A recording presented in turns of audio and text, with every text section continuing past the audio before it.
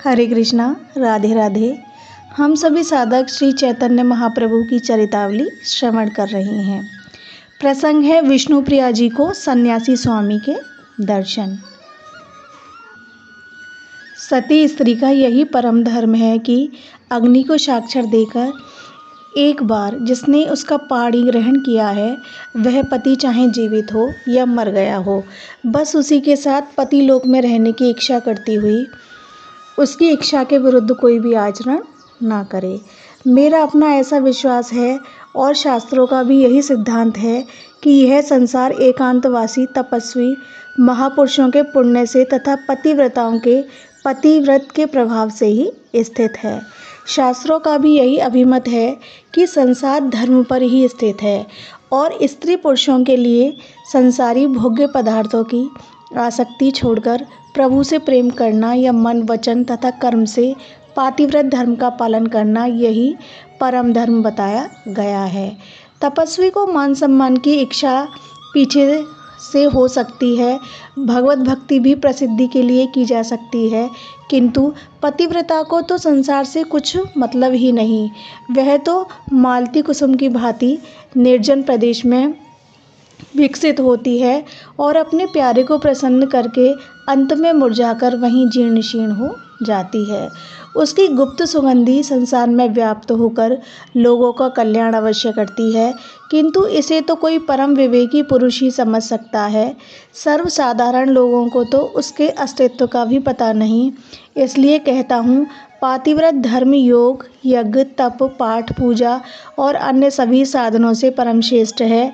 एक सच्ची पतिव्रता संपूर्ण संसार को हिला सकती है, किंतु ऐसी पतिव्रता बहुत थोड़ी होती हैं। पाठक वृंद विष्णु प्रिया जी की मनोव्यथा को समझें। इस अल्प वयस में उन्हें अपने प्राणेश्वर की असहाय विरह वेदना सहनी पड़ रही है। उनके प्राणेश्वर भक्तों के लिए भगवान हैं। वे जीवों का उद्धार भी करते हैं। असंख्य जीव उनकी कृपा से संसार सागर से पार हो गए। भक्तों के लिए वे साक्षात नारायण हैं हुआ करें। उनके लिए तो वे उनके पति हृदय रमण पति ही हैं। वे उनके पास स्थूल शरीर से नहीं हैं तो ना सही, उनके हृदय में तो पति की मूर्ति सदा विराजमान है। वे पति को छोड़कर और किसी का चिंतन ही नहीं करती। आहा, धन्य है उनकी एकनिष्ठ पति भक्ति को।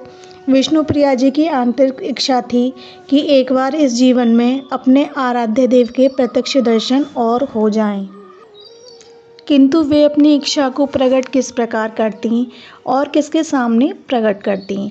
यदि किसी से कहती भी तो वे स्वतंत्र ईश्वर हैं, किसी की बात मानने ही क्यों लगे।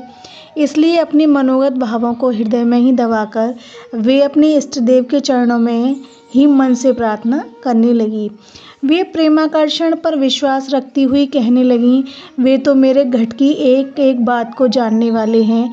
मेरा यदि सच्चा प्रेम होगा तो वे यहीं मुझे दर्शन देने आ जाएंगे। यही सोचकर वे चुपचाप बैठी रहीं। सचमुच प्रेम में बड़ा भारी आकर्षण है। हृदय में लगन होनी चाहिए।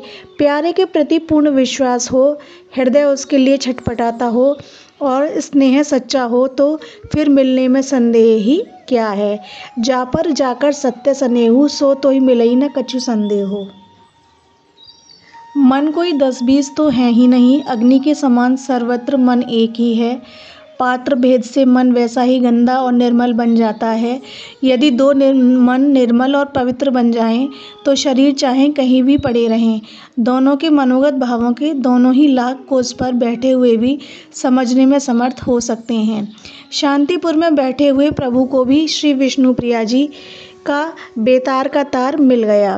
प्रभु मानो उन्हीं को कृतार्थ करने नवद्वीप जाने की इच्छा से अद्वैताचार्य से विदा लेकर विद्यानगर की ओर चल पड़े। वहां पहुंचकर प्रभु सार्वभौम भट्टाचार्य के भाई वाचस्पति के घर पर ठहरे। लोगों की अपार भीड़ प्रभु के दर्शनों के लिए आने लगी। जो भी सुनता वही नाव से, घड़ों से तथा हाथों से तैरकर गंगा जी को पार करके विद्यानगर प्रभु के दर्शनों के लिए चल देता। उस समय दोनों घाटों पर नरमुंड ही नरमुंड दिखाई देते। प्रभु के वहां पहुंचने से एक प्रकार का मेला सा लग गया। गंगा जी के झाऊओं का जंगल, मनुष्यों के पदाघात से चूर्ण होकर सुंदर राजपथ बन गया। लोग महाप्रभु की जय जयकार करते हुए महान कोलाहल करते और प्रभु दर्शनों को अपनी आकुलता को प्रकट करते। महाप्रभु इस भीड़ भाड़ और कोलाहल से ऊबकर दो चार भक्तों के साथ धीरे धीरे मनुष्यों की दृष्टि बचाते हुए विद्यानगर से कुलिया के लिए चले गए। प्रभु के दर्शन न पाने से लोग वाचस्पति पंडित को कोसने लगे, उन्हें भांति भांति की उल्टी सीधी बातें सुनाने लगे। अंत में जब उन्हें पता चला कि प्रभु तो यहाँ से चुपके ही निकल गए, तब तो उनके दुख का ठिकाना नहीं रहा। वे सभी प्रभु के विरह में जोरों से रुदन करने लगे। इतने में ही एक ब्राह्मण ने आकर समाचार दिया कि प्रभु तो कुलिया पहुँच गए। तब वाचस्पति उस अपार भीड़ के अग्रणी बनकर कुलिया की ही ओर चले। कुलिया पहुंचकर लोगों ने प्रभु दर्शनों की अपनी व्यग्रता प्रकट की। तब प्रभु ने छत पर चढ़कर अपने दर्शनों से लोगों को कृतार्थ किया। बहुत से लोग प्रभु के दर्शनों से अपने को धन्य मानते हुए अपने अपने स्थानों को लौट गए, किंतु जितने लोग जाते थे उतने ही और भी बढ़ जाते थे। सायंकाल तक यही दृश्य रहा। प्रभु के ऐसे लोकव्यापी प्रभाव को देखकर पहले जिन्होंने इनसे द्वेष किया था, वे सभी अपने पूर्व कृत्यों पर पश्चाताप प्रकट करते हुए प्रभु की शरण में आए और अपने अपने अपराधों के लिए उनसे क्षमा चाही। विरोधियों के हृदय प्रभु के संन्यास को देखते ही नवनीत के समान कोमल हो गए थे। प्रेम का त्याग ही तो भूषण है। त्याग के बिना प्रेम प्रस्फुटित होता ही नहीं। संग्रही और परिग्रही के जीवन में प्रेम किस प्रकार उत्पन्न हो सकता है। प्रभु के प्रेम के प्रभाव से उन पाप कर्म वाले निंदकों के हृदय में भी प्रेम की तरंगें हिलोर मारने लगी। सबसे पहले तो विद्यानगर के परम भागवती पंडित देवानंद जी प्रभु के शरणापन्न हुए और उन्होंने अपने ही अपराध भंजन की याचना नहीं की, किंतु प्रभु से यह वचन लिया कि यहाँ आकर जो कोई भी आपसे अपने पूर्वकृत अपराधों के लिए क्षमा याचना करेगा, उसे आप कृपापूर्वक क्षमादान दे देंगे। महाप्रभु के विशाल हृदय में किसी के पूर्वकृत अपराधों का स्मरण ही नहीं था। वे महापुरुष ही थे। वे संसारी लोगों के स्वभाव से विवश होकर कहे हुए वचनों का बुरा ही क्यों मानने लगे। वे तो जानते थे सदृशम चेष्टते स्वस्याम प्रकृते ज्ञान वानपि। ज्ञानी पुरुष भी अपनी प्रकृति के अनुसार ही सभी चेष्टाएं करता है, इसलिए किसी की कैसी भी बात का बुरा न मानना चाहिए। घर के भीतर ही बैठी रहीं। वे एक सती साध्वी कुलवधू की भांति घर से बाहर नहीं निकलीं। मानो उन्हीं को अपने दर्शनों से कृतार्थ करने के निमित्त प्रभु ने नवद्वीप जाने की इच्छा प्रकट की। भक्तों के आनंद का ठिकाना नहीं रहा। उसी समय नौका मंगाई गई और प्रभु अपने 10-5 अंतरंग भक्तों के साथ गंगा पार करके नवद्वीप घाट पर पहुँचे। घाट की सीढ़ियों पर चलकर प्रभु शुक्लांबर ब्रह्मचारी की कुटिया पर पहुँचे। ब्रह्मचारी जी अपने भाग्य की भूरी भूरी प्रशंसा करते हुए प्रभु के पैरों में लोटपोट होने लगे। क्षण भर में ही यह समाचार संपूर्ण नगर में फैल गया। लोग चारों ओर से आकर प्रभु के दर्शनों से अपने को कृतार्थ मानने लगे। समाचार पाते ही सची माता भी जैसे बैठी थी वैसे ही दौड़ी आईं। प्रभु ने माता की चरण वंदना की। माता अपने अश्रुओं से प्रभु के वस्त्रों को भिगोने लगीं। प्रभु चुपचाप खड़े हुए कुछ सोच रहे थे। किसी की कुछ कहने की हिम्मत नहीं हुई। तब प्रभु पैरों में खड़ाऊं पहनकर धीरे धीरे सची माता के साथ घर की ओर चलने लगे। एक एक करके उन्हें सभी बातें स्मरण होने लगीं। 5-6 वर्ष पूर्व जिस घाट पर वे स्नान करते थे, वह घाट इतने आदमियों के रहने पर भी सूना सा प्रतीत हुआ। सभी पूर्व परिचित वृक्ष हिल हिलकर मानो प्रभु का स्वागत कर रहे थे। वे ही भवन, वे ही अट्टालिकाएं, वे ही प्राचीन पथ, वे ही देवस्थान प्रभु की स्मृति को फिर से नूतन बनाने लगे। महाप्रभु नीचे निगाह किए हुए आगे आगे जा रहे थे। पीछे से लोगों की अपार भीड़ हरिध्वनि करती हुई आ रही थी। घर के सामने आकर प्रभु खड़े हो गए। विष्णु प्रिया जी का दिल धड़कने लगा। वे अपने प्रेम के इतने भारी वेग को सहन करने में समर्थ न हो सकीं। झरोकों में से उन्होंने अपने जीवन सर्वस्व की झांकी की। सिर मुड़े हुए और गेरुए वस्त्र धारण किए प्रभु को विष्णुप्रिया जी ने अभी सर्वप्रथम देखा है। उनके प्रकाशमान चेहरे को देखकर विष्णुप्रिया जी चित्र में लिखी मूर्ति के ही समान बन गईं। उनके नेत्रों में से निकलने वाले निरंतर के अश्रुकण ही उनकी सजीवता का समर्थन कर रहे थे। विष्णुप्रिया जी की इच्छा अपने प्राणेश के पाद पद्यों में प्रणत होकर कुछ प्रार्थना करने की थी, किंतु इतनी अपार भीड़ में कुलवधू बाहर कैसे जाए, यही सोचकर वे दुविधा में पड़ गईं। फिर उन्होंने सोचा, जब वे यहाँ तक आए हैं, सन्यासी होकर भी उन्होंने इतनी अनुकंपा की है, तब मुझे बाहर जाने में अब क्या लज्जा। लोक लाज इस सब इन्हीं के चरणों की प्राप्ति के निमित्त तो है।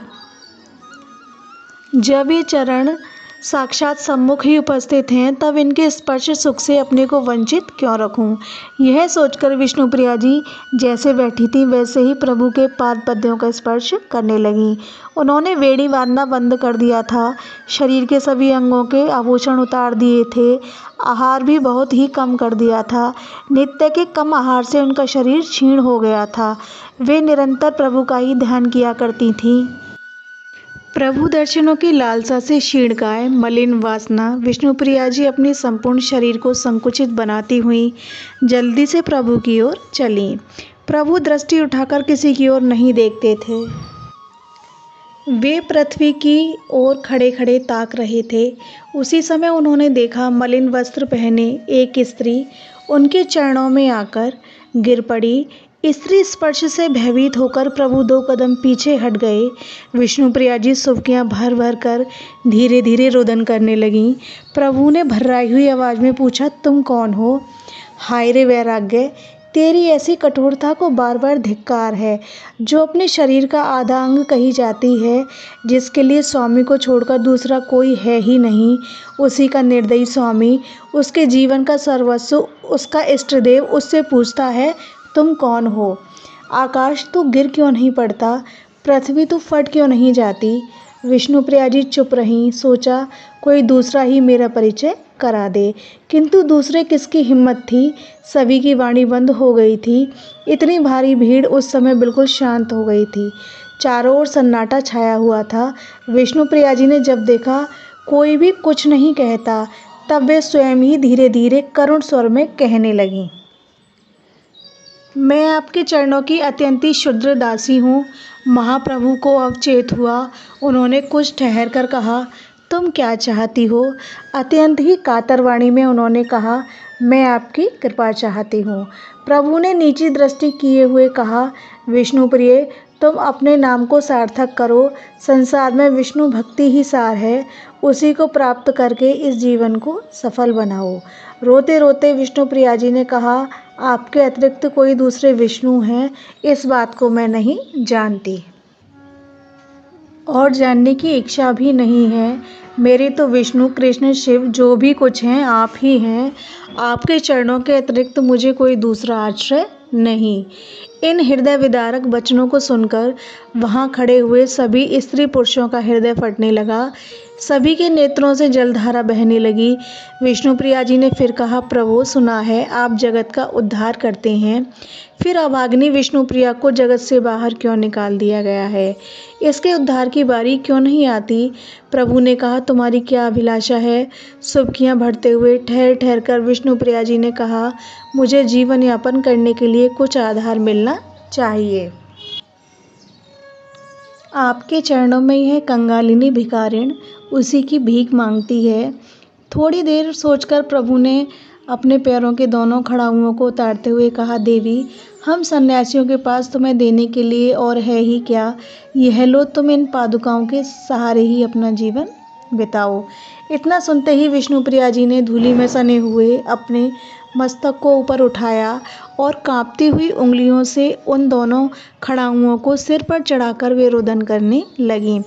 उस समय जनसमूह में हाहाकार मच गया। सभी चीत्कार मारकर रुदन करने लगे। प्रभु उसी समय माता को प्रणाम करके लौट पड़े। माता अपने प्यारे पुत्र को जाते देखकर मूर्छित हो पृथ्वी पर गिर पड़ी। प्रभु पीछे की ओर बिना देखे हुए ही जल्दी से भीड़ को चीरते हुए आगे को चलने लगे।